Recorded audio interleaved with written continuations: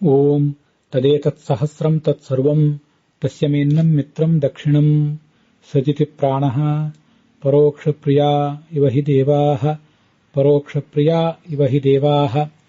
ಓಂ ವೇದಾಂಗಾಯ ನಮಃ. ಓಂ ಆಪಶ್ಚಿತ್ಪಿಪ್ಯುಸ್ತರ್ಯೋ ನ ಗಾವೋ ನಕ್ಷನ್ ಋತಂ ಜರಿತಾರಸ್ತಜಿಂದ್ರ ಯಾಹಿ ವಾಯುರ್ನ ನಿಯುತೋ ನೋ ಅಚ್ಛಾ ತ್ವಂ ಹಿ ಧೀಭಿಃ. ಶ್ರೀ ಗುರುಭ್ಯೋ ನಮಃ. ಮಹಾಭಾರತಸ್ಯ ಅನುಶಾಸನಪರ್ವಣಿ ಅಯಂ 94-300 ಭಾಗಃ, 394ನೇಯ ಭಾಗ. ಅಸ್ಮಿನ್ ಭಾಗೆ ಯಸ್ಮಿನ್ ಸ್ತೋತ್ರೆ ಗೌಣಾನಿ ಭಗವತಃ ನಾಮಾನಿ ಸುಗೀತಾನಿ ತಸ್ಯ ಮಹಾಭಾರತ ಸಾರರೂಪಸ್ಯ ವಿಷ್ಣು ಸಹಸ್ರನಾಮ ಸ್ತೋತ್ರಸ್ಯ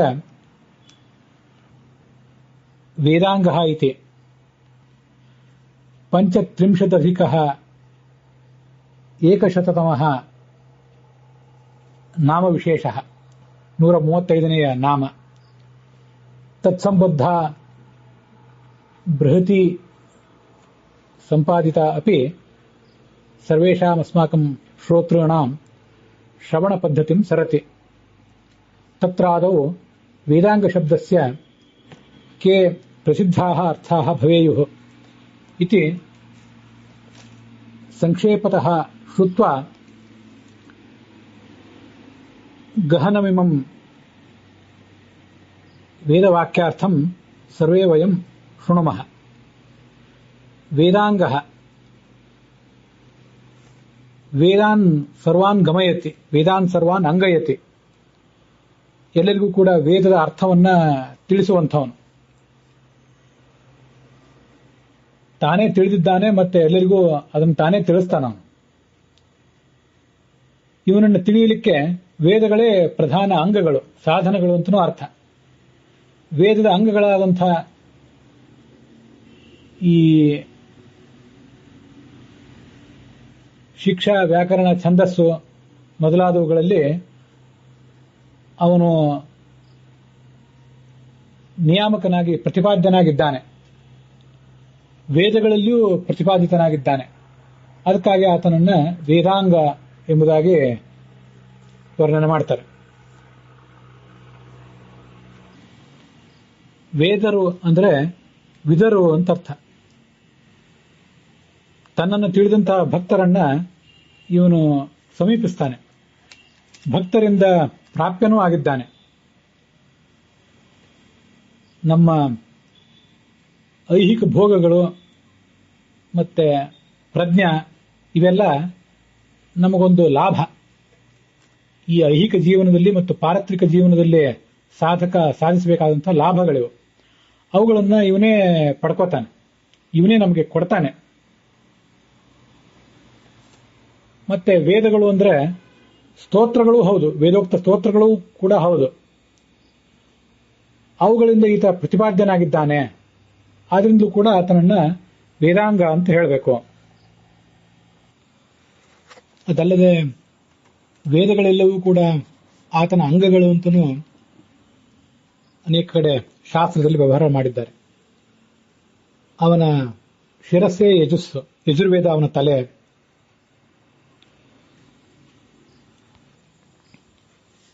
ಯಜುರ್ವೇದದಲ್ಲಿ ಅವನ ತಲೆ ಇದೆ, ಮತ್ತೆ ಋಗ್ವೇದದಲ್ಲಿ ಆತನ ಬಲಗೈ ಇದೆ, ಮತ್ತೆ ಸಾಮವೇದದಲ್ಲಿ ಎಡಗೈ ಇದೆ. ಅವನ ಮಧ್ಯದೇಹ ಪಂಚರಾತ್ರದಲ್ಲಿ ಇದೆ. ಪಾದಗಳು ಅಥರ್ವಾಂಗಿರಸ ಅಂದ್ರೆ ಅಥರ್ವ ವೇದ ಇತ್ಯಾದಿ ಕಡೆಗಳಲ್ಲಿವೆ ಅಂತ ಶಾಸ್ತ್ರ ವರ್ಣನೆ ಮಾಡಿದೆ. ಈ ಎಲ್ಲಾ ಮಹಾವಿದ್ಯೆಗಳು, ಎಲ್ಲಾ ಕಲೆಗಳು ಕೂಡ ಭಗವಂತನ ಶರೀರವನ್ನು ಆಶ್ರಯಿಸಿದ್ದಾದ್ರಿಂದ ಆ ಭಗವಂತನನ್ನ ವಿದ್ಯಾತನು ಎಂಬುದಾಗಿ ವರ್ಣನೆ ಮಾಡ್ತಾರೆ. ವೇದಗಳಿಗೆ ಆಶ್ರಯವಾದಂತಹ ಶರೀರ ಇರುವವನು ಅಂತ ಅದರ ಅರ್ಥ ಆಗ್ತದೆ.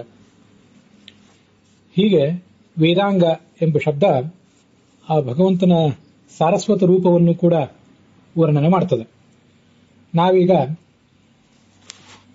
ಆ ಮೂಲ ಋಗ್ವೇದದಲ್ಲಿ ಸಾಯಣಾಚಾರ್ಯ ಅರ್ಥ ಏನು ಹೇಳಿದ್ದಾರೆ, ಮತ್ತೆ ಭಗವಂತಾಚಾರ್ಯ ಅರ್ಥ ಏನು ಹೇಳಿದ್ದಾರೆ ಋಗ್ವೇದದ ಮಂತ್ರಕ್ಕೆ, ಸಂಪಾದಿತವಾದಂತಹ ಬೃಹತಿ ಮಂತ್ರಕ್ಕೆ ರಘುನಾಥ ಸ್ವಾಮಿಗಳು ಏನು ಅರ್ಥ ಹೇಳಿದ್ದಾರೆ ಅನ್ನೋದನ್ನೆಲ್ಲ ಈಗ ನೋಡೋಣ. 7ನೇ ಮಂಡಲದ 23ನೇಯ ಸೂಕ್ತ, ಅಲ್ಲಿ 4ನೇ ಮಂತ್ರ ಇದು. ಆಪಶ್ಚಿತ್ ಪಿಪ್ಯುಹು ತರ್ಯೋನ ಗಾವೋ ನಕ್ಷನ್ ಋತಂ ಜರಿತಾರಸ್ತ ಇಂದ್ರ ಯಾಹಿ ವಾಯುರ್ನ ನಿಯುತೋ ನೋ ಅಚ್ಛಾತ್ವಂ ಧೀಭಿರ್ಧಯಸೆ ವಿವಾಜಾನ್ ಅಂತ ಮೂಲ ಮಂತ್ರ. ಇದರಲ್ಲಿ ಆಪಶ್ಚಿತ್ ಎಂಬುದಾಗಿ ಮೊದಲಿಂದಲೇ ಪ್ರಾರಂಭ ಮಾಡಿ ಧೀಭಿಹಿ ಅನ್ನುವವರೆಗೆ ಈ ಬೃಹತಿ ಮಂತ್ರವನ್ನು ಸಂಪಾದನೆ ಮಾಡಿದ್ದಾರೆ. ಇದೇ ಮಂತ್ರದ ದಯಸೆ ವಿವಾಜಾನ್ ಅನ್ನುವುದು ಮುಂದಿನ ಮಂತ್ರಕ್ಕೆ ಸಂಬದ್ಧ ಆಗಿದೆ. ಇದಕ್ಕೆ ಸಾಯಣಾಚಾರ್ಯರು ಈ ಮುಂದಿನಂತೆ ಅರ್ಥ ಹೇಳ್ತಾರೆ.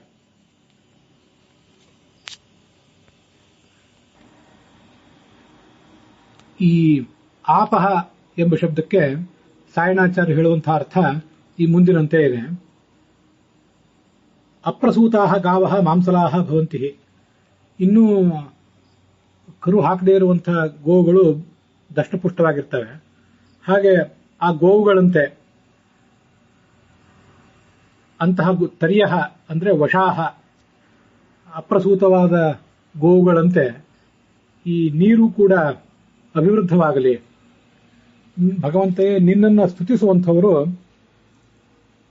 ನೀರನ್ನ ಪಡೆಯುವಂತಾಗಲಿ. ಋತಂ ಅಂದ್ರೆ ಉದಕ ಅಂತ ಅರ್ಥ ಬರ್ತಿದ್ದಾರೆ ಸಾಯಣಾಚಾರ್ಯರು. ನೀರನ್ನು ಅವರು ಪಡೆಯಲಿ.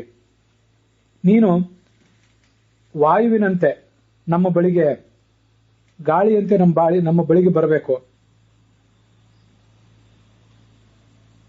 ನಮಗೆ ಜ್ಞಾನವನ್ನು ಕೂಡ ಕೊಡಬೇಕು ಅಂತ ಇದು ಸಾಯಣಾಚಾರ್ಯರು ಅಲ್ಲಿ ವರ್ಣನೆ ಮಾಡುವಂತಹ ಅರ್ಥ.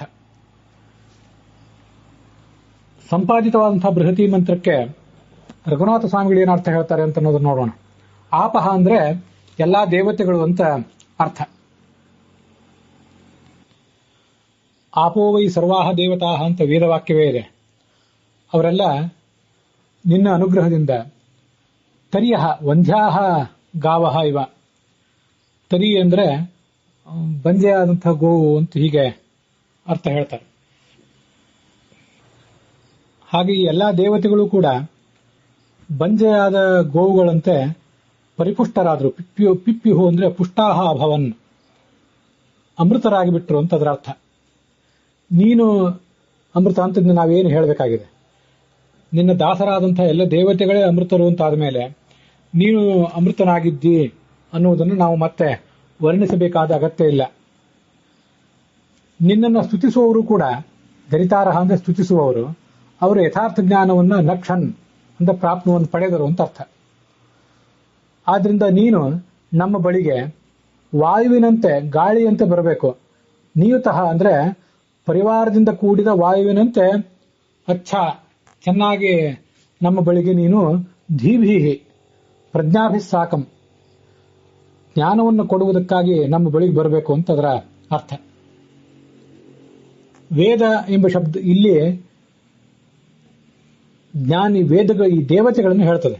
ವಿದಂತೀತಿ ವೇದಾಹ ಜ್ಞಾನಿನಃ ದೇವಾಹ. ಜ್ಞಾನಿಗಳಾದಂತಹ ದೇವತೆಗಳೇ ಇಲ್ಲಿ ವೇದ ಎಂಬ ಶಬ್ದದಿಂದ ವಾಚ್ಯರಾಗಿದ್ದಾರೆ. ಅವರೆಲ್ಲರೂ ಕೂಡ ಅಂಗಗಳು, ನಿನ್ನ ಸಹಚರರಾಗಿದ್ದಾರೆ. ಆದ್ರಿಂದ ಈತನನ್ನ ವೇದಾಂಗ ಅಂತ ಹೀಗೆ ವರ್ಣನೆ ಮಾಡ್ತಾರೆ.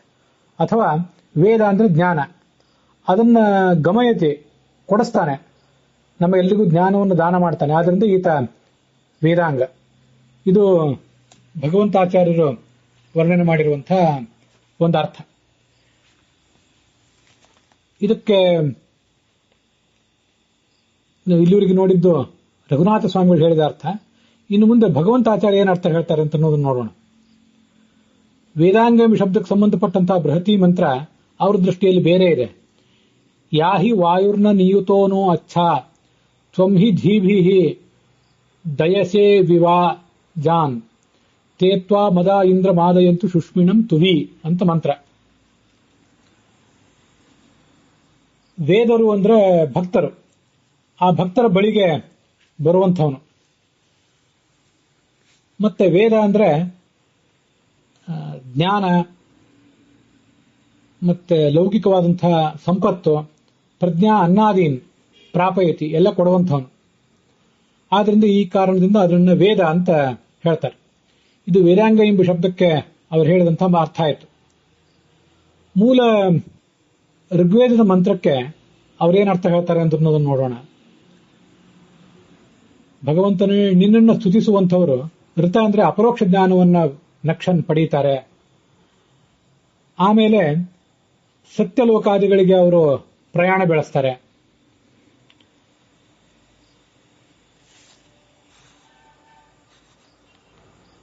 ಮುಂದೆ ವಿರಜಾ ನದಿಯಲ್ಲಿ ಚತುರ್ಮುಖ ಬ್ರಹ್ಮನ ಜೊತೆಗೆ ಸ್ನಾನ ಮಾಡುವಾಗ ಈ ಭಕ್ತರ ಸ್ತೋತ್ರ, ನಿನ್ನನ್ನು ಸ್ತುತಿಸುವಂತಹ ಭಕ್ತರ ಶರೀರವೂ ಕೂಡ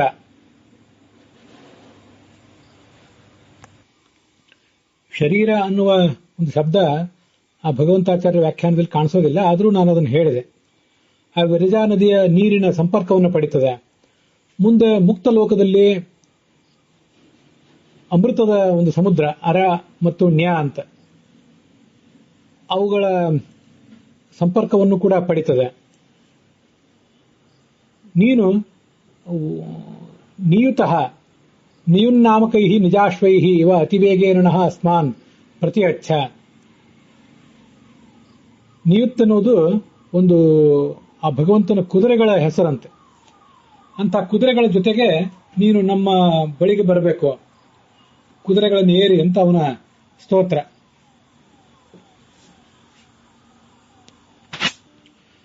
ಆಪಹ ಅಂದ್ರೆ ಎಲ್ಲ ದೇವತೆಗಳು ಅನ್ನೋ ಅರ್ಥವನ್ನು ರಘುನಾಥ ಸ್ವಾಮಿಗಳು ಹೇಳಿದರು.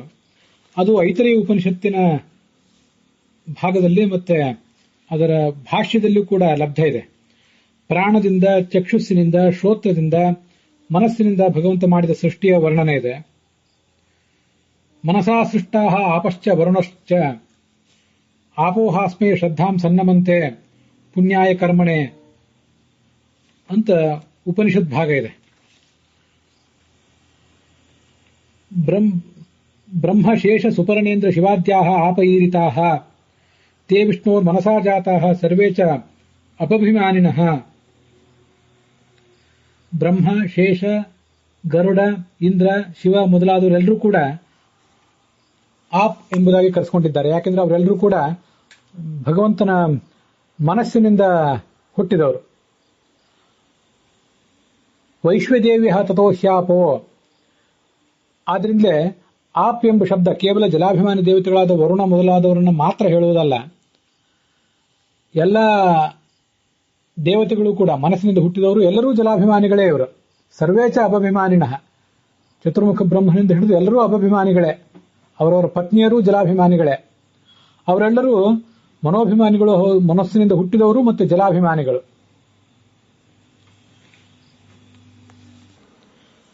ಆದ್ದರಿಂದಲೇ ಇದೇ ಐತರೇಯ ಭಾಷ್ಯದ ಮತ್ತೊಂದು ಕಡೆ ಆಪಹ ಅಂದರೆ ದೇವತೆಗಳು ಅಂತ ವರ್ಣನೆ ಮಾಡ್ತಾರೆ. ಯಾಹ ಅಧಸ್ಥಾತ್ ಪೂರ್ವಮೇವ ಸೃಷ್ಟಾಹ ದೇವತಾಹ ತಾಹ ಆಪಹ ಇತ್ಯುಚ್ಯಂತೆ. ಆಪ ಇತ್ಯಾಪ ಇತಿ. ಬ್ರಹ್ಮವಾಯುಚ ತದ್ಭಾರ್ಯೆ ವೀಂದ್ರಶೇಷೌಚ ತತ್ಸ್ತ್ರಿಯೌ ಶಿವಸ್ತದ್ದಯಿತಾ ಶಕ್ರಕಾಮೌ ತದ್ದಯಿತಾದಯಃ ಸರ್ವೇಶ್ವರಾಹ ಕ್ರಮೇಣೈವ ವಿಷ್ಣೋರ್ಜಾತಾಹ ಅಭಾಖ್ಯಕಾಹ ಅಂತ ಅಲ್ಲಿ ಕಾಣಸಿಗುವಂತಹ ಭಾಷ್ಯದಲ್ಲಿ ಕಾಣಸಿಗುವಂತಹ ಒಂದು ಶ್ಲೋಕ. ಚತುರ್ಮುಖ ಬ್ರಹ್ಮ ಮತ್ತು ಮುಖ್ಯ ಪ್ರಾಣ, ಅವರ ಪತ್ನಿಯರಾದ ಸರಸ್ವತಿ ಭಾರತೀಯರು, ಗರುಡ, ಶೇಷ ಅವರಿಬ್ಬರ ಪತ್ನಿಯರು, ಶಿವಪಾರ್ವತಿಯರು, ಇಂದ್ರ ಮತ್ತೆ ಕಾಮರು ಅವರ ಪತ್ನಿಯರು, ಎಲ್ಲಾ ದೇವತೆಗಳು ಕೂಡ ಆಪ್ ಎಂಬುದಾಗಿ ಹೆಸರುಳ್ಳವರಾಗಿದ್ದಾರೆ, ಭಗವಂತನಿಂದ ಹುಟ್ಟಿದ್ದಾರೆ ಅಂತ ವರ್ಣನೆ ಇದೆ. ಆದ್ರಿಂದ ಇಲ್ಲಿ ಆಪಹ ಅಂದ್ರೆ ಎಲ್ಲಾ ದೇವತೆಗಳನ್ನು ರಘುನಾಥ ಸ್ವಾಮಿಗಳು ತಗೊಂಡಿದ್ದಾರೆ. ಇದಿಷ್ಟು ಹೀಗೆ ರಘುನಾಥ ಸ್ವಾಮಿಗಳು, ಸಾಯಣಾಚಾರ್ಯರು ಮತ್ತೆ ಭಗವಂತಾಚಾರ್ಯರು ಇವರೆಲ್ಲ ಹೇಳಿದ ಅರ್ಥವನ್ನು ನಾವು ನೋಡಿದಂತಾಯಿತು. ಇನ್ನು ಮುಂದೆ ಇದಕ್ಕೆ ನನ್ನ ಅರ್ಥ ಏನಿದೆ ಅಂತ ಅನ್ನೋದನ್ನ ನೋಡೋಣ. ತರಿಯಹ ಅಂತಿದೆ ಅಲ್ಲಿ. ತರಿಯಹ ಅಂದ್ರೆ ದಾಟಿಸುವಂಥವು ಅಂತ ಅರ್ಥ. ನೌಕೆ ಅನ್ನೋ ಅರ್ಥ ನಮಗೆ ಕೋಶದಲ್ಲಿ ಸಿಕ್ಕೇ ಸಿಗ್ತದೆ.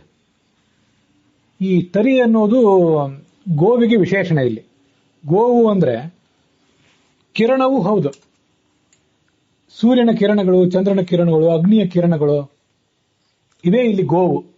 ಅವು ತರಿ, ಏಕೆಂದ್ರೆ ಅಂಧಕಾರದಿಂದ ನಮ್ಮನ್ನು ದಾಟಿಸ್ತವೆ. ಅಂಧಕಾರದಿಂದ ನಮ್ಮನ್ನು ದಾಟಿಸಿ ಬೆಳಕು ಕೊಡುವಂತಹ ಕಿರಣಗಳಂತೆ ಆಪಹ ಅಂದ್ರೆ ವೇದಗಳು ಕೂಡ ಪಿಪ್ಯುಹು ನಮ್ಮನ್ನ ಬೆಳೆಸಿದವು, ನಮ್ಮ ಆಧ್ಯಾತ್ಮಿಕ ಅಭಿವೃದ್ಧಿಗೆ ಕಾರಣ ಆದವು ಅಂತ ಅದರ ಅರ್ಥ. ಹೇ ಇಂದ್ರ, ಭಗವಂತನೇ, ತೇ ನಿನ್ನ ಜರಿತಾರಹ ನಿನ್ನನ್ನು ಸ್ತುತಿಸುವಂಥವರು ಋತಂ ಯಥಾರ್ಥ ಜ್ಞಾನವನ್ನು ಪಡೆದರು. ಈ ಯಥಾರ್ಥ ಜ್ಞಾನವನ್ನು ಪಡೆದರು ಅನ್ನೋ ಅರ್ಥವನ್ನು ಹಿಂದೆ ಎಲ್ಲ ಹೇಳಿದವರಂತೆ ಇಟ್ಕೊಂಡಿದ್ದಾನೆ. ತರಿ ಎಂಬ ಶಬ್ದಕ್ಕೆ ಮತ್ತೆ ಗೋ ಎಂಬ ಶಬ್ದಕ್ಕೆ ನಮ್ಮನ್ನ ಕತ್ತಲಿಂದ ದಾಟಿಸುವ ಕಿರಣಗಳು ಅಂತ ಅರ್ಥ ಮಾಡಿ, ಆಪಹ ಅಂದ್ರೆ ವೇದಗಳು ಅಂತ ಇಲ್ಲಿ ಅರ್ಥ ಮಾಡಿದ್ದು ನನ್ನ ವ್ಯಾಖ್ಯಾನ. ಅದಕ್ಕೆ ಆಧಾರವನ್ನು ಮುಂದೆ ತೋರಿಸ್ತೇನೆ. ನಿಯುತ ಅಂದ್ರೆ ಸೀಮಿತವಾದದ್ದು, ಬಂಧಿತವಾದದ್ದು ಅಂತ ಹೀಗೇನೂ ಅರ್ಥ ಆಗ್ತದೆ. ಕೂಡಿದ್ದು ಅನ್ನೋ ಅರ್ಥವೂ ಇದೆ ಕೋಶದಲ್ಲಿ. ನಿಯತ ಅಂದ್ರೆ ನಿಯಮಿಸಲ್ಪಟ್ಟದ್ದು, ಲಿಮಿಟೆಡ್ ಅಂತ ಹೇಗೆ ಅರ್ಥನೋ ಹಾಗೆ ನಿಯುತ ಅನ್ನೋದಕ್ಕೂ ಅರ್ಥವನ್ನು ಕೋಶದಲ್ಲಿ ಹೇಳ್ತಾರೆ. ಆದ್ರಿಂದ ನಿಯುತ ಅಂದ್ರೆ ಶೀತ ಮಂದತ್ವಾದಿ ಗುಣ ಸಂಯುತ ಅಂತ ಅರ್ಥವನ್ನ ನಾನು ಮಾಡ್ಕೊಂಡಿದ್ದೇನೆ. ತಂಪಾದಂತಹ ಮತ್ತೆ ಮಂದವಾಗಿರುವಂತಹ ಸುಗಂಧಭರಿತವಾದಂತಹ ಒಂದು ಗಾಳಿ, ಅಂತಹ ವಾಯುವಿನಂತೆ ನೀನು ಧೀಭಿಹಿ ಪ್ರಜ್ಞಾಭಿಹಿ ಜ್ಞಾನವನ್ನ ನಮಗೆ ಕೊಡಬೇಕು. ನಹ ಅಸ್ಮಾನ್ ಅಚ್ಛ ಅಂದ್ರೆ ಸಮ್ಯಕ್ ಚೆನ್ನಾಗಿ, ಯಾಹಿ ಹಿ ಆಗಚ್ಚ ಜ್ಞಾನದ ಜೊತೆಗೆ ನೀನು ನಮ್ಮ ಬಳಿಗೆ ಬಾ ಅಂತ ಇದರ ಅರ್ಥ ಅದು ಒಟ್ಟಾರೆ. ಇದಕ್ಕೆ ಈ ವಿಷ್ಣು ಸಹಸ್ರನಾಮದ ನಾಮಕ್ಕೂ ಬೃಹತಿ ಮಂತ್ರಕ್ಕೂ ಏನು ಸಂಬಂಧ ಅನ್ನೋದನ್ನು ನೋಡೋಣ. ವೇದೈಹಿ ಶಾಸ್ತ್ರೈಹಿ ಅಂಗಯತಿ ಜ್ಞಾಪಯತಿ ಇತಿ ವೇದಾಂಗ. ವೇದಗಳ ಮೂಲಕವಾಗಿಯೇ ನಮಗೆಲ್ಲವನ್ನೂ ಕೂಡ ಅವನು ತಿಳಿಸಿಕೊಡ್ತಾನೆ. ಶಾಸ್ತ್ರವನ್ನೆಲ್ಲ, ತತ್ವವನ್ನೆಲ್ಲ ವೇದದಿಂದಲೇ ನಾವು ಅರಿಬೇಕು, ಅವನ ಅನುಗ್ರಹದಿಂದ ಅರಿಬೇಕು. ಈ ಅರ್ಥವನ್ನೇ ಬೃಹತಿ ಮಂತ್ರ ಆಪಹ ಪಿಪ್ಯುಹು, ಆ ವೇದಗಳು ನಮ್ಮನ್ನ ಬೆಳೆಸಿದವು. ವೇದಗಳು ನಮ್ಮನ್ನು ಬೆಳೆಸುವುದು ಹೇಗೆ? ಬೌದ್ಧಿಕವಾಗಿ ನಮ್ಮನ್ನು ಬೆಳೆಸುವುದು. ಈ ಅರ್ಥವನ್ನ ಇಟ್ಕೊಳ್ಳೋಣ. ಅದಲ್ಲದೆ ಧೀಭಿಹಿ ಆಯಾಹಿ, ಜ್ಞಾನಗಳ ಜೊತೆಗೆ ಭಗವಂತನೇ ನೀನು ನಮ್ಮ ಬಳಿಗೆ ಬಾ ಅಂತ ಪ್ರಾರ್ಥನೆ ಇದೆಯಲ್ಲ, ಅದು ಕೂಡ ವೇದದ ಮೂಲಕ ಭಗವಂತ ನಮಗೆ ಜ್ಞಾನ ಕೊಡ್ತಾನೆ ಅನ್ನೋದನ್ನು ತೋರಿಸ್ತದೆ. ಹೀಗೆ ಬೃಹತಿ ಮಂತ್ರಕ್ಕೂ ಆ ವೇದ ಮಂತ್ರಕ್ಕೂ ಇರುವ ಒಂದು ಸಮಾನತೆ ಆಯ್ತದೆ. ಆಪಹ ಅಂದ್ರೆ ವೇದ ಅಂತ ನಾನು ಅರ್ಥ ಹೇಳಿದ್ದೀನಲ್ಲ, ಅದ್ಯಾಕೆ ಅಂದ್ರೆ ಛಾಂದೋಗ್ಯ ಉಪನಿಷತ್ತಿನಲ್ಲಿ 3ನೇ ಅಧ್ಯಾಯದಲ್ಲಿ ಆಪಹ ಅಂತ ಆ ವೇದಗಳನ್ನ ವರ್ಣನೆ ಮಾಡ್ತಾರೆ. ಮಧುನಾಮಕನಾದ ನಾರಾಯಣನ ಉಪಾಸನೆಯನ್ನ ಹೇಳುವಂಥ ಪ್ರಸಂಗ ಅದು. ಬ್ರಹ್ಮೈವ ಪುಷ್ಪಂ ತಾಹ ಅಮೃತಾಹ ಆಪಹ ತೇವಾ ಏತೆ ಗುಹ್ಯ ಆದೇಶ ಏತದ್ ಬ್ರಹ್ಮ ಅಭ್ಯತಪನ್ ಅಂತ ವೇದ ಭಾಗ ಇದೆ. ಅಲ್ಲಿ ವೇದವಾಚಃ ಸುರೈಃಪೇಯಾಃ ಭೋಗ್ಯತ್ವಾದಾಪೀರಿತಾಃ ವೇದಪಾನಂ ವಿಚಾರಶ್ಚ ಶ್ರವಣಂ ಪಾಠ ಏವ ಚ ಅಂತ ಆಚಾರ್ಯರು ಭಾಷ್ಯ ಬರೆದಿದ್ದಾರೆ. ವೇದೈರ್ ವಿಚಾರಿತೇಭ್ಯಶ್ಚ ವೇದೇಭ್ಯೋ ವ್ಯಕ್ತತಾಂ ಗತಃ. ಈ ವೇದವಾಕ್ಯಗಳನ್ನ ದೇವತೆಗಳು ಪಾನ ಮಾಡ್ತಾರೆ. ಆ ಸಮ್ಯಕ್ ಚೆನ್ನಾಗಿ ಪಾನ ಮಾಡ್ತಾರೆ. ಆದ್ರಿಂದ ಹೀಗೆ ಪಾನ ಮಾಡುವುದರಿಂದ, ಸವಿಯುವುದರಿಂದ ಅವುಗಳಿಗೆ ಆಪ್ ಅಂತ ಹೆಸರು. ಆಪಿ ಅಂತ ಐತಿ ಆಪಹ. ವೇದಗಳನ್ನ ಸವಿಯುವುದು ಅಂದ್ರೇನು? ಚೆನ್ನಾಗಿ ಮನನ ಮಾಡುವುದು, ಮಥನ ಮಾಡುವುದು, ತಮಗಿಂತ ಶ್ರೇಷ್ಠರಾದವರಿಂದ ಕೇಳುವುದು, ಮತ್ತೆ ಇನ್ನೊಬ್ಬರಿಗೆ ಪಾಠ ಹೇಳುವುದು. ಇವುಗಳ ಮೂಲಕನೇ ಭಗವಂತ ವ್ಯಕ್ತ ಆಗ್ತಾನೆ ಅಂತ ಅಲ್ಲೆಲ್ಲ ವರ್ಣನೆ ಕೇಳಿ ಬರ್ತದೆ. ಆದ್ರಿಂದ ಆಪಹ ಅಂದ್ರೆ ವೇದಾಹ. ಇದೇ ಆಪಹ ಅನ್ನುವ ಶಬ್ದಕ್ಕೆ ಈ ವೇದ ಎಂಬ ಅರ್ಥವನ್ನು ಆಪೋಹಿಷ್ಠಾಮಯೋಭುವಃ ಹಿರಣ್ಯವರ್ಣ ಶ್ರುತಯಃ ಪಾವಕಾಃ ಯಾಸು ಜಾತಃ ಕಶ್ಯಪೋ ಯಾಸ್ವಿಂದ್ರಃ ಇತ್ಯಾದಿ ಕಡೆಗಳಲ್ಲಿ ಈ ವೇದ ಎಂಬ ಅರ್ಥವನ್ನು ಇಟ್ಕೊಳ್ಳೋದು ಹೆಚ್ಚು ಯೋಗ್ಯ. ಮತ್ತೆ ಆಪಹ ಎಂಬ ಶಬ್ದಕ್ಕೆ ಸರ್ವ ದೇವತೆಗಳು ಅಂತ ಅರ್ಥ ಇಟ್ಕೊಂಡ್ರು ಅದು ಶ್ರೇಷ್ಠವೇ. ಯಾಕೆಂದ್ರೆ ನಮ್ಮನ್ನ ವೇದಗಳು ಬೆಳೆಸುವುದು, ಹಾಗೆ ದೇವತೆಗಳು ಬೆಳೆಸ್ತಾರೆ. ದೇವತೆಗಳು ವೇದಗಳ ಮೂಲಕ ನಮ್ಮನ್ನು ಬೆಳೆಸ್ತಾರೆ. ನಾವು ಈ ಹಿಂದಿನ ಮಂತ್ರದಲ್ಲಿ ಅದನ್ನು ನೋಡಿದ್ದೇವೆ. ಏವಂ ವೇದಾಭಿಧಾನಾಭ್ಯ ದೇವಿಭ್ಯ ಸರ್ವ ಏವತು ತದರ್ಥರೂಪಾಹ ಪತಯ ತಸ್ಯಾಸ್ತಥೋತ್ತಮಾಹ ಅಂತ. ಎಲ್ಲಾ ದೇವತಾ ಸ್ತ್ರೀಯರು ವೇದಾಭಿಮಾನಿಗಳು, ಅವರ ಗಂಡಂದಿರು ಆ ವೇದದ ಅರ್ಥಾಭಿಮಾನಿಗಳು ಅಂತ ಹೀಗೆಲ್ಲ ಇದೆ. ಆದ್ರಿಂದ ಆಪಹ ಅಂದ್ರೆ ವೇದಗಳೂ ಹೌದು, ದೇವತೆಗಳೂ ಹೌದು. ಅವರು ಇಬ್ಬರು ಸೇರಿಯೇ ನಮ್ಮನ್ನ ಬೆಳೆಸುವುದು. ಅದರಲ್ಲಿ ಆ ಎಲ್ಲಾ ದೇವತೆಗಳು ಕೂಡ ವೇದಗಳೇ ಹೌದು. ವರ್ಧಯಾಮಾಸು ಅಂದ್ರೆ ಬೆಳೆಸ್ತಾರೆ ಅಂತ ಅದರ ಅರ್ಥ. ಇಲ್ಲಿ ಈ ಪಿಪ್ಪೆತಮ್ ಅಂತಂದ್ರೆ ಪರಿಪುಷ್ಟಗಳಾಗಿವೆ ಅಂತ ಒಂದು ಅರ್ಥ. ಒಂದ್ ಕಡೆ ರಘುನಾಥ ಸ್ವಾಮಿಗಳು ಹೇಳ್ತಾರೆ, ಕುಡಿತಾರೆ ಅಂತ ಇನ್ನೊಂದು ಅರ್ಥವನ್ನ ಭಗವಂತಾಚಾರ್ಯ ಹೇಳಿದ್ದಾರೆ.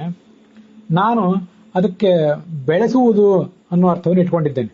ಯಾಕೆಂದ್ರೆ ಈಶಾನಾ ಪಿಪ್ಯತಂ ಧಿಯಾಹ ಅಂತ ಋಗ್ವೇದದಲ್ಲಿ ಪವಮಾನ ಮಂಡಲ ಇದು, ಅಲ್ಲಿ 9ನೇ ಮಂಡಲದ 19ನೇ ಸೂಕ್ತದ 2ನೇ ಮಂತ್ರ. ಈಶಾನ ಜಗತ್ತಿಗೊಡೆಯರಾದ ಹರಿವಾಯುಗಳೇ, ಧಿಯಃ ನಮ್ಮ ಬುದ್ಧಿಗಳನ್ನ, ಪಿಪ್ಯತಂ ನೀವು ಬೆಳೆಸಿರಿ ಅಂತ ಅಲ್ಲಿ ಅರ್ಥ ಇದ್ದಂತೆ ನನಗೆ ಭಾಸ ಆಗಿದೆ. ಬೇರೆ ಅರ್ಥಗಳು ತಪ್ಪು ಅಂತಲ್ಲ, ನನಗೆ ಕಂಡ ಅರ್ಥ ಇದು. ಈ ಕಾರಣದಿಂದ ಈ ಎಲ್ಲ ದೇವತೆಗಳು ವೇದಗಳು ನಮ್ಮನ್ನ ಬೆಳೆಸಬೇಕು ಬೌದ್ಧಿಕವಾಗಿ ಅಂತ ನಮ್ಮ ಪ್ರಾರ್ಥನೆ. ಅದಕ್ಕಾಗಿ ಪಿಪ್ಪೆತಮ್ ಅನ್ನೋ ಶಬ್ದಕ್ಕೆ ಪಿಪ್ಯುಹು, ಪಿಪ್ಯೌ ಪಿಪ್ಯತುಹು ಪಿಪ್ಯುಹು ಅಂತಿದ್ದು ಲಿಟ್ಲಕಾರ, ಆ ಅರ್ಥವನ್ನ ನಾನು ಇಟ್ಕೊಂಡಿದ್ದೇನೆ. ಭಾವಾರ್ಥ ಏನಾಗ್ತದೆ, ನಮ್ಮನ್ನ ಕತ್ತಲಿನಿಂದ ದಾಟಿಸಿ ಬೆಳಕು ಕೊಡುವಂತಹ ಕಿರಣಗಳಂತೆ ಈ ವೇದಗಳು ನಮ್ಮ ಅಜ್ಞಾನವನ್ನು ಕಳೆದು, ವೇದಗಳು ಮತ್ತು ದೇವತೆಗಳು ಇವರಿಬ್ಬರೂ ಕೂಡ ಅಜ್ಞಾನವನ್ನು ಕಳೆದು ನಮ್ಮ ಬುದ್ಧಿಯನ್ನ ಜ್ಞಾನದಿಂದ ತುಂಬುತ್ತಾರೆ. ಭಗವಂತನೇ, ನೀನು ನಿನ್ನನ್ನು ಸ್ತುತಿಸುವವರು ತತ್ವಜ್ಞಾನವನ್ನು ಪಡೆಯುವಂತೆ ಅನುಗ್ರಹ ಮಾಡ್ತೀಯ. ಹಿತಕರವಾದಂತಹ ತಂಗಾಳಿಯಂತೆ ನೀನು ನಮಗೆ ಜ್ಞಾನವನ್ನ ಕೊಡಬೇಕು. ನೀನು ಜ್ಞಾನವನ್ನು ಕೊಡ್ಲಿಕ್ಕಾಗಿ ನಮ್ಮ ಬಳಿಗೆ ಬಂದಾಗ ಅತ್ಯಂತ ಮಂದವಾದಂತಹ, ಹಿತಕರವಾದಂತಹ ಸುಗಂಧ, ತಂಪು ಇತ್ಯಾದಿ ಗುಣಗಳನ್ನು ಹೊತ್ತಂತಹ ತಂಗಾಳಿ, ಮಂದ ಮಾರುತ ನಮ್ಮ ಬಳಿಗೆ ಬೀಸಿದಂತೆ ನಮಗೆ ಅನುಭವ ಆಗಬೇಕು. ತುಂಬಾ ಸುಂದರವಾದಂತಹ ಉಪಮಾಲಂಕಾರ ಅದು. ಅದಕ್ಕಾಗಿ ನಮ್ಮ ಬಳಿ ಸಾರಬೇಕು ನೀನು ಅಂತ ಭಗವಂತನನ್ನ ಪ್ರಾರ್ಥನೆ ಮಾಡ್ತಾ ಇದ್ದಾರೆ. ವೇದಾಂಗ ಎಂಬ ಶಬ್ದ ಎಲ್ಲಾ ಶಾಸ್ತ್ರಗಳು ಕೂಡ ಭಗವಂತನ ಅಂಗಾಂಗಗಳಲ್ಲಿವೆ, ಎಲ್ಲ ಶಾಸ್ತ್ರಗಳಲ್ಲಿ ಭಗವಂತನ ಅಂಗಗಳಿವೆ ಅಂತ ತುಂಬಾ ಸುಂದರವಾಗಿ ನಮಗೆ ವರ್ಣನೆ ಮಾಡ್ತದೆ. ಮನೋಮಯ ಕೋಶದಲ್ಲಿ ಮನೋಮಯ ಎಂಬ ಹೆಸರಿನಿಂದಿರುವಂತಹ ಸಂಕರ್ಷಣ ರೂಪಿಯಾದ ಭಗವಂತ, ಆ ಭಗವಂತನ ತಲೆ ಮೊದಲಾದ ಅಂಗಗಳು ಹೇಗೆ ವರ್ಣಿತ ಆಗಿವೆ ತೈತ್ರಿಯ ಉಪನಿಷತ್ನಲ್ಲಿ ಅಂದ್ರೆ, ಪುರುಷಾಕಾರ ಭಗವಂತ, ತಲೆ, ಕೈ, ಕಾಲು ಇತ್ಯಾದಿಗಳು ಅವನಿಗಿವೆ. ಅವನು ಯಜ್ಞವನ್ನ ಧರಿಸ್ತಾನೆ.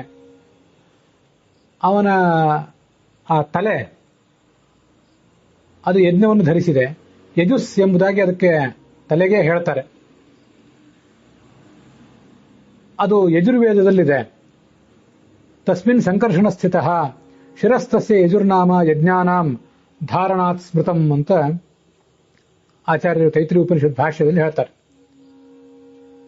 ತಸ್ಯ ಪುರುಷ ವಿಧತಾಂ ಅನ್ವಯಂ ಪುರುಷ ವಿಧ ತಸ್ಯ ಯಜುರೇವ ಶಿರಃ ಋಗ್ದಕ್ಷಿಣ ಪಕ್ಷ ಸಾಮೋತ್ತರ ಪಕ್ಷ ಆದೇಶ ಆತ್ಮ ಅಥರ್ವಾಂಗಿರಸ ಪುಚ್ಛಂ ಪ್ರತಿಷ್ಠಾ ಅಂತ ಇಷ್ಟದು ಮೂಲ ಮಂತ್ರ. ಯಜುಹು ಅಂದ್ರೆ ಯಜ್ಞಾನಾಂ ಹರಣಾತ್, ಯಜ್ಞವನ್ನ ಧರಿಸಿರುವುದರಿಂದ. ಅವನ ತಲೆಗೆ ಯಜುಸ್ ಎಂಬುದಾಗಿ ಹೆಸರು. ಬಾಹೂತು ಋಕ್ ಸಾಮಾಂತ ಸ್ಥಿತವು ಸದಾ, ಅವನ 2 ತೋಳುಗಳು ಅವು ಋಕ್ ಮತ್ತು ಸಾಮ ಎಂಬುದಾಗಿ ವಾಚ್ಯ ಆಗಿವೆ. ಅದು ಹೇಗೆ ಅಂದ್ರೆ, ಅವನ ಬಲಗೈ ಋಕ್ ಎನಿಸ್ಕೊಂಡಿದೆ. ಯಾಕೆಂದ್ರೆ ಅರ್ಚ್ಯತೆ ಐತಿ ಋಕ್, ಎಲ್ಲರ ಪೂಜೆಯನ್ನು ಅದು ಸ್ವೀಕಾರ ಮಾಡ್ತದೆ. ಆದ್ರಿಂದ ಅದು ಋಕ್ ಅಂತ ವಾಚ್ಯ ಆಗಿದೆ. ಅವನ ಎಡಗೈ ಸಾಮ ಎಂಬುದಾಗಿ ವಾಚ್ಯವಾಗಿದೆ. ಯಾಕೆಂದ್ರೆ ಋಗ್ ಅರ್ಚನಾಯ ಸ್ವೀಕಾರಾತ್ ಸಾಮ ದೋಷಾತ್ ಸಮೀಕೃತೆ. ನಮ್ಮೆಲ್ಲರ ಭಕ್ತರ ದೋಷಗಳನ್ನು ಅವನು ಹೋಗಲಾಡಿಸಿ ನಮ್ಮನ್ನ ಸಮರನ್ನಾಗಿ ಮಾಡ್ತಾನೆ. ಆದ್ರಿಂದ ಅವನ ಎಡಗೈಗೆ ಸಾಮ ಅಂತ ಹೇಳ್ತಾರೆ. ಅದು ಸಾಮ ವೇದದಲ್ಲಿದೆ. ಆ ಎಡಗೈ ಅವನ ಮಧ್ಯ ದೇಹ ಅದು ಆದೇಶ ಎಂಬುದಾಗಿ ಕರೆಸ್ಕೊಂಡಿದೆ. ಅದು ಪಂಚರಾತ್ರದಲ್ಲಿದೆ. ಮಧ್ಯದೇಹ ಅಂದ್ರೆ ಎದೆ, ಹೊಟ್ಟೆ ಮೊದಲಾದದ್ದೆಲ್ಲ. ಪಂಚರಾತ್ರ ಗತಂ ಮಧ್ಯಮಾದೇಶಾಖ್ಯಂ ಸುವಿಸ್ತೃತೇ. ಆದೇಶ ಅಂದ್ರೆ ವಿಸ್ತೃತವಾದದ್ದು ಅಂತ ಅರ್ಥ. ಮುಂದೆ ಅಥರ್ವಾಖ್ಯಂ ತಥಾ ಪುಚ್ಛಂ ಅಧರಂ ಚ ಅಂಗಿರಾಂ ರಸಃ ಇತಿ ಯಜುಸ್ಸಂಹಿತ. ಯಜುಸ್ಸಂಹಿತ ಅನ್ನೋ ಗ್ರಂಥವನ್ನು ಆಚಾರ್ಯರಲ್ಲಿ ಉದ್ಧರಿಸ್ತಾರೆ. ಈ ಅವನ ಎರಡು ಪಾದಗಳು ಕೆಳಗಡೆ ಇವೆ. ಅವು ಅಥರ್ವಾಂಗಿರಸ ಅಂತ ಹೀಗೆ ವರ್ಣಿತ ಆಗಿವೆ. ಅಧರಂ ಚ ಅಂಗಿನಾಂ ರಸಃ. ಅಧರ ಅಂದ್ರೆ ಕೆಳಗಿರೋದು ಅಂತ ಅರ್ಥ. ಮತ್ತೆ ಅಂಗಿನಾಂ ರಸಃ, ಈ ಜಗತ್ತಿನಲ್ಲಿ ಯಾರ್ಯಾರು ಅಂಗಿಗಳಿದ್ದಾರೆ, ಸಾಮಾನ್ಯ ಮಾನವರಿಂದ ಹಿಡಿದು ಮನುಷ್ಯರು, ಚಕ್ರವರ್ತಿಗಳು, ಪಿತೃಗಳು, ಋಷಿಗಳು, ದೇವತೆಗಳು, ಲಕ್ಷ್ಮೀದೇವಿ ಮೊದಲಾದವರು ಎಲ್ಲರೂ ಅಂಗಿಗಳು. ಅವರಲ್ಲಿ ಇವನು ಸಾರಭೂತ, ಯಾರೆಲ್ಲರಲ್ಲೂ ಅತ್ಯಂತ ಶ್ರೇಷ್ಠ ಇವನು. ಹೀಗೆ ಅಥರ್ವ ಅಂದ್ರೆ ಕೆಳಗಿರುವವನು ಅಂತ ಅರ್ಥ. ಪಾದ ಕೆಳಗಿರ್ತದೆ. ಎಲ್ಲರಲ್ಲೂ ಈತ ಸರ್ವೋತ್ತಮ ಆದ್ರಿಂದ ಈತ ಅಂಗಿರಸ ಹೀಗೂ ಕೂಡ ವಾಚ್ಯನಾಗಿದ್ದಾನೆ. ಹೀಗೆ ಭಗವಂತನ ಪಾದಗಳು ಅಥರ್ವ ವೇದಗಳಲ್ಲಿ ಇವೆ ಅಂತ ವರ್ಣನೆ ಮಾಡಿದ್ದಾರೆ. ಹೀಗೆ ಒಂದು ತಲೆ, ಎರಡು ಕಾಲು, ಎರಡು ಕೈ, ಇವಿಷ್ಟು ಕೂಡ ಆ ಭಗವಂತನ ಸಾರಸ್ವತ ರೂಪವನ್ನ ವರ್ಣನೆ ಮಾಡ್ತವೆ. ಅದನ್ನೇ ಇಲ್ಲಿ ವೇದಾಂಗ ಎಂಬುದಾಗಿ ಶಾಸ್ತ್ರದಲ್ಲಿ ಹೇಳಿದ್ದಾರೆ. ನಾವು ಅನುಸಂಧಾನ ಮಾಡಿಕೊಳ್ಳಿಕ್ಕೆ ತುಂಬಾ ಉಪಯುಕ್ತವಾದಂತಹ ಒಂದು ರೂಪ ಇದು. ನಾವು ಭಗವಂತನನ್ನು ಶಂಖ, ಚಕ್ರ ಇತ್ಯಾದಿಗಳನ್ನು ಹಿಡಿದಿರುವಂಥವನು ಅಂತೆಲ್ಲ ವರ್ಣನೆ ಕೇಳಿರ್ತೇವೆ. ಮತ್ತೆ ಹೈಗ್ರೀವ ರೂಪ ಒಂದು ಕೈಯಲ್ಲಿ ಪುಸ್ತಕವನ್ನು ಹಿಡಿದಿದೆ, ಎಡಗೈಯಲ್ಲಿ ತನ್ನ ಕಿರು ಬೆರಳಿನಿಂದ ತನ್ನ ಪಾದವನ್ನು ತೋರಿಸಿದೆ. ಪಾದವನ್ನು ಭರಿಸಿ ನೀನು, ನಿನಗೆ ನಾನು ಜ್ಞಾನವನ್ನು ಕೊಡ್ತೇನೆ ಅಂತ ಅವನ ಜ್ಞಾನ ಮುದ್ರೆ ತೋರಿಸ್ತದೆ.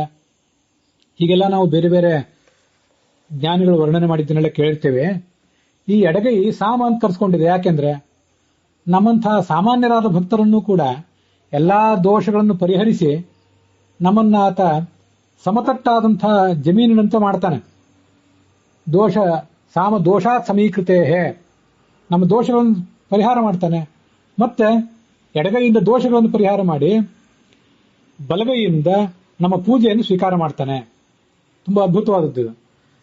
ಕೆಲವು ಸರಿ ನಾನು ಈ ಜಗತ್ತಲ್ಲಿ ಇದೆಲ್ಲ ಕೇಳ್ತೇವೆ. ಒಂದು ಯಾವ್ದಾದ್ರು ಕೆಲಸ ಮಾಡಿ ಕೊಡ್ಬೇಕು ಅಂತ ಕೇಳಿದ್ರೆ ಇದನ್ನ ಎಡಗೈಯಲ್ಲಿ ಮಾಡಿ ಬಿಸಾಕ್ತೇನೆ ಅಂತಾರೆ ಕೆಲವರು. ಹಾಗಂದ್ರೆ ಅರ್ಥ ಏನು? ತುಂಬಾ ಸರಳವಾಗಿ ಮಾಡಿಬಿಡ್ತೇನೆ. ಬಲಗೈಯಿಂದ ಮಾಡ್ಲಿಕ್ಕೆ ಹೆಚ್ಚು ಪ್ರಯತ್ನ ಬೇಕು, ಎಡಗೈಯಿಂದ ಮಾಡ್ಲಿಕ್ಕೆ ಹೆಚ್ಚು ಪ್ರಯತ್ನ ಬೇಕಾಗಿಲ್ಲ. ನಮ್ಮ ದೋಷಗಳು ತುಂಬಿವೆ ನಮ್ಮಲ್ಲಿ. ಆದರೆ ನಮ್ಮಂಥ ಪಾಪಿಗಳನ್ನು ಕೂಡ ಪಾಪರಹಿತರನ್ನಾಗಿ, ರಹಿತರನ್ನಾಗಿ ಮಾಡಲಿಕ್ಕೆ ಅವನಿಗೆ ಎಡಗೈಯೇ ಸಾಕು. ವಸ್ತುತಃ ಭಗವಂತನ ಕೈ, ಕಾಲು ಎಲ್ಲ ಸಮಾನ. ಎಲ್ಲ ಕೈ ಕೆಲಸಗಳನ್ನು ಎಲ್ಲ ಅಂಗಗಳು ಮಾಡ್ತವೆ. ಎಡಗೈಯಿಂದ ನಮ್ಮ ದೋಷ ಪರಿಹಾರ ಮಾಡ್ತಾನೆ, ಬಲಗೈಯಿಂದ ನಮ್ಮ ಪೂಜೆಯನ್ನು ಸ್ವೀಕಾರ ಮಾಡ್ತಾನೆ.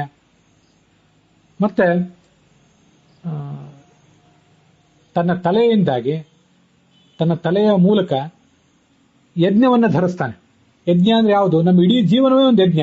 ಪುರುಷೋಭಾವ ಯಜ್ಞ, ಛಾಂದೋಗ್ಯ ಉಪನಿಷತ್ತು ಹೇಳಿದಂತೆ ನಮ್ಮ ಇಡೀ ಜೀವನವನ್ನೇ ಒಂದು ಯಜ್ಞವನ್ನಾಗಿ ಮಾಡಿ, ನಮ್ಮ ಪೂಜೆಯನ್ನು ಸ್ವೀಕಾರ ಮಾಡಿ, ನಮ್ಮ ದೋಷವನ್ನು ಪರಿಹಾರ ಮಾಡಿ, ನಮ್ಮೆಲ್ಲರನ್ನು ಕೂಡ ಉದ್ಧಾರ ಮಾಡುವಂಥ ಶಕ್ತಿಯನ್ನು ಅವನು ಹೊಂದಿದ್ದಾನೆ. ಅದಕ್ಕಾಗಿ ಆ ಭಗವಂತನ ವೇದಾಂಗ ಅನ್ನೋ ರೂಪವನ್ನ ಹೀಗೆ ಚಿಂತನೆ ಮಾಡಬೇಕು. ತನ್ನ ಅನಿರುದ್ಧಾದಿ ರೂಪಗಳಿಂದ ವೇದದಲ್ಲಿ ಅವನು ಪ್ರವೇಶ ಮಾಡಿದ್ದಾನೆ. ಹೇಗೆಂದ್ರೆ ಭೂರಿತಿವಾ ರಚಃ ಭುವೈತಿ ಸಾಮಾನಿ ಸುವರಿತಿ ಯಜೂಂಷಿ ಮಹ ಇತಿ ಬ್ರಹ್ಮ ಅಂತ ತೈತ್ರಿಯ ಉಪನಿಷತ್ತು ವರ್ಣನೆ ಮಾಡ್ತದೆ. ಯಾಕೆಂದ್ರೆ ಅನಿರುದ್ಧ ರೂಪದಿಂದ ಋಗ್ವೇದವನ್ನು, ಪ್ರದ್ಯುಮ್ನ ರೂಪದಿಂದ ಸಾಮವೇದವನ್ನು, ಸಂಕರ್ಷಣ ರೂಪದಿಂದ ಯಜುರ್ವೇದವನ್ನು, ವಾಸುದೇವ ರೂಪದಿಂದ ಅಖಿಲ ವೇದ ಸಮುದಾಯವನ್ನು ಅವನು ಪ್ರವೇಶ ಮಾಡಿದ್ದಾನೆ. ಆದ್ದರಿಂದ ವೇದಗಳನ್ನು ಹೊಂದಿದವನು. ಹೇಗೆ ಅಂದ್ರೆ ಆಯಾ ರೂಪಗಳಿಂದ ವೇದಗಳನ್ನು ವ್ಯಕ್ತ ಮಾಡುವವನು ಅಂತನೋ ಅರ್ಥ ಅಂತೂ ಇದ್ದೇ ಇದೆ. ನಮಗೆಲ್ಲರಿಗೂ ವೇದಗಳನ್ನು ಅರ್ಥ ಮಾಡಿಸುವವನೇ ಅವನಾಗಿದ್ದಾನೆ. ಅವನಿಂದಲೇ, ಅವನ ಅಂಗಾಂಗಗಳಿಂದಲೇ ಸರ್ವಭೂತಃ ಋಚ ಸಾಮಾನ್ಯ ಯಜ್ಞರೇ, ಋಗ್ವೇದಗಳು, ಸಾಮವೇದ ಎಲ್ಲವೂ ಅವನಿಂದಲೇ ಹುಟ್ಟಿದವು. ಛಂದಾಂಸಿ ಯಜ್ಞರೇ, ಛಂದಸ್ಸಿಗೂ ಹುಟ್ಟಿದವು. ತಸ್ಮಾತ್ ಯಜುಸ್ ತಸ್ಮಾತ್ ಅಜಾಯತ. ಹೀಗೆ ಋಗ್ವೇದ, ಯಜುರ್ವೇದ ಎಲ್ಲವೂ ಕೂಡ ಅವನ ಪಾದಗಳಿಂದಲೇ ಹುಟ್ಟಿದ್ದು ಅಂತ, ಅವನ ಅಂಗಾಂಗಗಳಿಂದಲೇ ಹುಟ್ಟಿದ್ದು ಅಂತ ಶಾಸ್ತ್ರ ವರ್ಣನೆ ಮಾಡ್ತದೆ. ಋಚ ಪಾದಾವಬದ್ಧಾ ಸಾಮಾನ್ಯ ಗೀತಯ ಆಪಾದ ಬದ್ಧ ಮಂತ್ರಾಹ ಯಜೂಂಷಿ ಅಂತ ಹೀಗೆ ವರ್ಣನೆ. ವೇದದ ಅಂಗಗಳಾದಂತಹ ಶಿಕ್ಷಾ, ವ್ಯಾಕರಣ, ಛಂದಸ್ಸು ಮೊದಲಾದವುಗಳನ್ನು ನಮಗೆ ಜಗತ್ತಿಗೆ ಕೊಟ್ಟವನೇ ಅವನು. ಆದ್ದರಿಂದ ಆತ ವೇದಾಂಗ.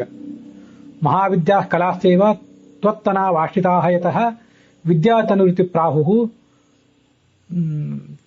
ಅತಸ್ತ್ವಾಂ ತತ್ವವೇದಿನಃ ಅಂತ ಭಾಗವತದಲ್ಲಿ 7ನೇ ಸ್ಕಂದದ 3ನೇ ಅಧ್ಯಾಯದ 32ನೇ ಶ್ಲೋಕ ಒಂದು ಹೀಗೆ ವರ್ಣನೆ ಮಾಡ್ತದೆ. 7ನೇ ಸ್ಕಂದದಲ್ಲಿ 7ನೇ ಸ್ಕಂದದ 3ನೇ ಅಧ್ಯಾಯದ 32 ಅಥವಾ 33ನೇ ಶ್ಲೋಕ. ವಿದ್ಯಾ ಕಲಾಸ್ತೆ ತನವಶ್ಚ ಸರ್ವಾಹ, ವಿದ್ಯೆಗಳು, ಕಲೆಗಳೆಲ್ಲ ನಿನ್ನ ತನು ಅಂತ ಅಲ್ಲಿ ವರ್ಣನೆ ಮಾಡಿದ್ದಾರೆ. ಭಾಗವತ ತಾತ್ಪರ್ಯ ಅದನ್ನ ಸ್ಪಷ್ಟಪಡಿಸಿದೆ. ಎಲ್ಲಾ ಮಹಾವಿದ್ಯೆಗಳು, ಕಲೆಗಳು, ಸಂಗೀತ ಮೊದಲಾದ ಎಲ್ಲಾ ಕಲೆಗಳು ಕೂಡ ತ್ವತ್ತನಾವಾಶ್ರಿತಾಹ, ನಿನ್ನ ಶರೀರವನ್ನೇ ಆಶ್ರಯಿಸಿವೆ. ಆದ್ರಿಂದ ನೀನು ವಿದ್ಯಾತನು, ಭಗವಂತನು ಹೀಗೆ ವಿದ್ಯಾಸ್ವರೂಪ ಅಂತ ವರ್ಣನೆ ಮಾಡಬೇಕು. ವಿದ್ಯಾಮೂರ್ತಿ ಅಥವಾ ವೇದಮೂರ್ತಿ ಅಂತ ಹೀಗೆ ಜ್ಞಾನಿಗಳು ಆತನನ್ನ ಹೇಳ್ತಾರೆ. ಭಾಗವತದಲ್ಲೇ 8ನೇ ಸ್ಕಂದದ 15ನೇ ಅಧ್ಯಾಯದ 31ನೇ ಶ್ಲೋಕ ಬಂದಿದೆ. ನಮೋ ದ್ವಿಶೀರ್ಷೆ ತ್ರಿಪದೇ ಚತುಶೃಂಗಾಯ ತಂತವೇ ಸಪ್ತಹಸ್ತಾಯ ಯಜ್ಞಾಯ ತ್ರಯೀ ವಿದ್ಯಾತ್ಮನೇ ನಮಃ ಅಂತ ಒಂದು ಶ್ಲೋಕ ಇದೆ. 2 ತಲೆ, 3 ಕಾಲು, 4 ಕೊಂಬು, 7 ಕೈಗಳುಳ್ಳವನು, 3 ವಿದ್ಯೆಗಳಲ್ಲಿ ಪ್ರತಿಪಾದ್ಯ, ಫಲದಾಯಕನಾದ ಯಜ್ಞಾಂತರ್ಗತ ಮೂರ್ತಿಗೆ ನಮಸ್ಕಾರ ಅಂತ ಅಲ್ಲಿ ಇದೆ. ಅದಕ್ಕೆ ಮೂಲ ಋಗ್ವೇದದ ಮಂತ್ರ ಒಂದಿದೆ. ಚತ್ವಾರಿ ಶೃಂಗ ತ್ರಯೋಸ್ಯ ಪಾದ ದ್ವೇ ಶೀರ್ಷೆ ಸಪ್ತಹಸ್ತಾಸೋಸ್ಯ ತ್ರಿಧಾ ಬದ್ಧೋ ಋಷಭೋರೋ ರವೀತಿ ಮಹೋ ದೇವೋ ಮತ್ಯಾಂಗಾವಿವೇಶ ಅಂತ. 4 ತಲೆ, 4 ಕೊಂಬು, 3 ತಲೆ, 2 ತಲೆ, 3 ಪಾದಗಳು ಮತ್ತೆ 7 ಕೈಗಳವನಿಗೆ. ಅದಕ್ಕೆ ವ್ಯಾಖ್ಯಾನ ಒಂದು ಪುರಾಣ ಮಾಡಿದೆ. ಚತ್ವಾರಿ ಶೃಂಗ ವೇದಾಸ್ತು ಅಂತ. ಆ ಭಗವಂತ ವೃಷಭದ ರೂಪದಲ್ಲಿದ್ರೆ ಆ ಋಷಭರೂಪಿಯಾದ ಭಗವಂತನಿಗೆ 4 ವೇದಗಳೇ 4 ಕೊಂಬು. ಮುಂದಿನ ಅಂಗಾಂಗಗಳನ್ನ ಆ ಯಜ್ಞದ ಬೇರೆ ಬೇರೆ ಭಾಗಗಳ ರೂಪದಲ್ಲಿ ವರ್ಣನೆ ಮಾಡಿದ್ದಾರೆ. ನಮ್ಗೆ ಅದೇನು ಇಲ್ಲಿ ಬೇಕಾಗಿಲ್ಲ. ರಾವಣೀಯ ಇಷ್ಟಿ ಅಂತೊಂದು ಅವನ ತಲೆ, ಉದಯನೀಯ ಇಷ್ಟಿ ಅದು ಮತ್ತೊಂದು ತಲೆ, ಗಾಯತ್ರಿ, ಉಷ್ಣಿಕ ಮೊದಲಾದವುಗಳೆಲ್ಲ 7 ಛಂದಸ್ಸುಗಳು, ಆತನ 7 ಕೈಗಳು, ಮಂತ್ರಭಾಗ ಬ್ರಾಹ್ಮಣ ಕಲ್ಪ, ಮಂತ್ರಭಾಗ, ಬ್ರಾಹ್ಮಣ ಭಾಗ, ಕಲ್ಪಶಾಸ್ತ್ರ ಅಂತ 3 ಶಾಸ್ತ್ರಗಳಲ್ಲಿ ಯಜ್ಞ ಕಾರ್ಯ ವರ್ಣಿತ ಆಗಿದೆ. ಮತ್ತೆ ಶಸ್ತ್ರಮಂತ್ರ ಮತ್ತು ಸ್ತುತಿ ಮಂತ್ರ ಇವೆರಡನ್ನೂ ಕೂಡ ಆ ಋತ್ವಿಕ್ಗಳು ಅಲ್ಲಿ ಹಾಡ್ತಾರೆ. ಈ ಯಜ್ಞ ಎಂಬ ಋಷಭ ಆ ಫಲವನ್ನು ನಮಗೆ ಕೊಡ್ತಾನೆ ಅಂತ ಅಲ್ಲಿ ವರ್ಣನೆ ಇದೆ. ಅದರಿಂದ ಚತ್ವಾರಿ ಶೃಂಗ ಅಂದ್ರೆ 4 ಕೊಂಬುಗಳು ಅಂದ್ರೆ 4 ವೇದಗಳೇ ಕೊಂಬುಗಳು ಅಂತಲೂ ಕೂಡ ನಾವು ಅದನ್ನು ಇಲ್ಲಿ ಅನುಸಂಧಾನ ಮಾಡಬಹುದು. ಲಕ್ಷಾಲಂಕಾರದಲ್ಲಿ ವೇದಾಂಗ ಶಬ್ದದ ಅರ್ಥ ಬಂದಿಲ್ಲ. ವೇದಾಂಗ ಎಂಬ ಶಬ್ದಕ್ಕೆ ಶಾಂಕರ ಭಾಷ್ಯದಲ್ಲಿ ವೇದಗಳನ್ನೇ ಅವಯವವನ್ನಾಗಿ ಉಳ್ಳವನು ಅನ್ನೋ ಅರ್ಥವನ್ನ ಅಲ್ಲಿಯೂ ವರ್ಣನೆ ಮಾಡಿದ್ದಾರೆ. ತ್ರಿವೇದಿ ದಿವ್ಯ ಚಕ್ಷುಷೆ ಶಿಕ್ಷಾ ವ್ಯಾಕರಣಾದಿ ವೇದಾಂಗ ರೂಪಿಯಾದವನು, ವೇದಾಮೇ ಪರಮಂ ಚಕ್ಷು, ವೇದಗಳೇ ನನ್ನ ಕಣ್ಣು, ವೇದಾಮೇ ಪರಮಂ ಧನಂ ಅಂತ ಮಹಾಭಾರತದಲ್ಲಿ ಅವನು ಕೃಷ್ಣ ಹೇಳಿದ ಮಾತಿದೆ. ಪರಾಶರ ಭಟ್ಟರ ವ್ಯಾಖ್ಯಾನದಂತೆ ಈ ವೇದಗಳನ್ನೇ ಶರೀರವನ್ನಾಗಿ ಮಾಡಿಕೊಂಡಂಥವನು. ಆ ಭಗವಂತನ ಅಂತರಂಗ ತಾತ್ಪರ್ಯ, ಹೃದಯದ ಅಭಿಪ್ರಾಯವನ್ನು ವೇದಗಳೇ ವ್ಯಕ್ತ ಮಾಡುವುದರಿಂದ ವೇದಗಳು ಆತನಿಗೆ ಅಂಗಗಳು. ವಿಧೂನುತೆ ವೇದಮಯಂ ಶರೀರಂ, ನಾವೇದವಿನ್ ಮನುತೆ ತಂ ಬೃಹಂತಂ. ವೇದ ರೂಪವಾದ ತನ್ನ ಶರೀರವನ್ನು ಅವನು ಕೊಡವುತ್ತಾನೆ, ಜಾಡಿಸ್ತಾನೆ ಅಂತೆಲ್ಲ ಶಾಸ್ತ್ರದಲ್ಲಿ ವರ್ಣನೆ ಮಾಡ್ತಾರೆ. ವೇದ ಯಾರಿಗೆ ಗೊತ್ತಿಲ್ಲವೋ ಅವನಿಗೆ ಆ ಭಗವಂತನನ್ನು ತಿಳಿಲಿಕ್ಕಾಗೋದಿಲ್ಲ ಅಂತಲೂ ಕಾಟಕೋಪನಿಷತ್ತು ಹೇಳ್ತದೆ. ಯಸ್ಯ ವೇದೋ ಅನಂತ ಶಾಖೋ ವೇದಾಂಗೋ ಅಂಗತಯ ಸ್ಮೃತಃ. ಅನಂತ ಶಾಖೆಗಳುಳ್ಳಂತಹ ಈ ವೇದವೇ ಆತನಿಗೆ ಅಂಗ. ಮುಂದೆ ಸತ್ಯಸಂಧ ಸ್ವಾಮಿಗಳು ಹೇಳುವಂತಹ ಅರ್ಥಗಳನ್ನ ನೋಡೋಣ. ವೇದಾಭಿಮಾನಿಗಳಾದಂತಹ ಲಕ್ಷ್ಮೀದೇವಿ ಮತ್ತೆ ಉಳಿದೆಲ್ಲ ದೇವತಾ ಪುರುಷರು, ದೇವತಾ ಸ್ತ್ರೀಯರು ಇವನ ಅಂಗಾಂಗಗಳನ್ನು ಅವಲಂಬಿಸಿಕೊಂಡಿದ್ದಾರೆ. ವೇದಾಭಿಮಾನಿ ದೇವಾಹ ರಮಾವ ಅಂಗೆ ಯಾನು ಶರೀರದಲ್ಲಿದ್ದಾರೋ ಅವನೇ ವೇದಾಂಗ. ಇತಿಹಾಸ ಪುರಾಣಾಭ್ಯಾಂ ವೇದಂ ಸಮಪ ಬ್ರಹ್ಮಯೇದ್ ಇತ್ಯಾದೇಹೇ ವೇದಸ್ಯ ಅಂಗಂ ಭಾರತಾದಿಕಂ ಯಸ್ಮಾದಿತಿ ವಾ. ವೇದದ ಅಂಗವಾದಂತಹ 5ನೇ ವೇದ ಅಂತ ಕರೆಸ್ಕೊಂಡಿರುವಂತಹ ಮಹಾಭಾರತ, ಪಂಚರಾತ್ರ, ಮೂಲ ರಾಮಾಯಣ ಮೊದಲಾದವುಗಳನ್ನು ಇವನೇ ರಚನೆ ಮಾಡಿದ್ದಾನೆ. ವೇದಸ್ಯ ಅಂಗಾನಿ ಯಸ್ಮಾತ್ ಸಹ, ಯಾರಿಂದ ಇವೆಲ್ಲ ಹೊರಬಂದಿವೆಯೋ ಅವನೇ ವೇದಾಂಗ ಅಂತ ವರ್ಣನೆ. ಹೀಗೆ ವೇದಾಂಗ ಎಂಬ ಶಬ್ದ ನಮ್ಮ ಸಾಧನೆಯ ದೃಷ್ಟಿಯಿಂದ ಬಹಳ ಮಹತ್ವದ್ದು.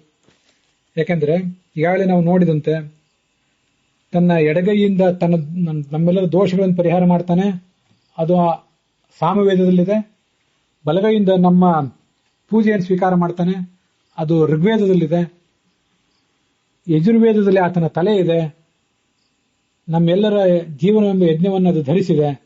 ಅವನ ತಲೆಯ ಮೇಲೆ ನಮ್ಮೆಲ್ಲರ ಆಧ್ಯಾತ್ಮಿಕ ಜೀವನ ಆಧೃತ ಆಗಿದೆ. ಹೀಗೆ ಸಾರಸ್ವತ ರೂಪದಿಂದ ನಮ್ಮ ಸಾಧನೆಯಲ್ಲಿ ಬರುವಂತಹ ಎಲ್ಲ ದೋಷಗಳನ್ನು ಕಳೆದು ನಾವು ಮಾಡುವ ಅತ್ಯಲ್ಪ ಸೇವೆಯನ್ನು ಕೂಡ ಸ್ವೀಕಾರ ಮಾಡಿ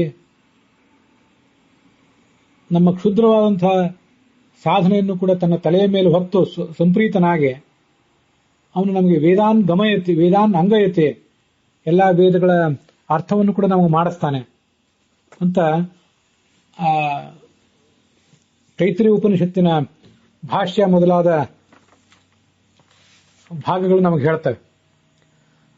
ಅದಲ್ಲದೆ ಆ ಬೃಹತಿ ಮಂತ್ರ ಹೇಳುವಂತೆ ಈ ಎಲ್ಲ ದೇವತೆಗಳು, ವೇದಗಳು ನಮ್ಮನ್ನ ಬೌದ್ಧಿಕವಾಗಿ ಬೆಳೆಸಬೇಕು, ಬೌದ್ಧಿಕವಾಗಿ ನಮ್ಮನ್ನ ಅವರು ಪುಷ್ಟರನ್ನಾಗಿ ಮಾಡಬೇಕು.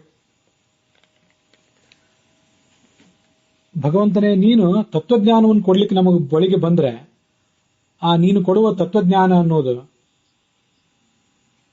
ತಂಪಾದಂತಹ ಸುಗಂಧಭರಿತವಾದ ಮಂದವಾದಂತಹ ತಂಗಾಳಿಯಂತೆ ನಮ್ಮ ಸಂಸಾರದಲ್ಲಿ ಬೆಂದಂತಹ ನೊಂದಂತಹ ಮನಸ್ಸನ್ನ ಸಾಂತ್ವನಗೊಳಿಸಿ ಆ ಜ್ಞಾನದ ಮೂಲಕ ಶಾಂತಿಯನ್ನು ನಮಗೆ ಕೊಡಬೇಕು.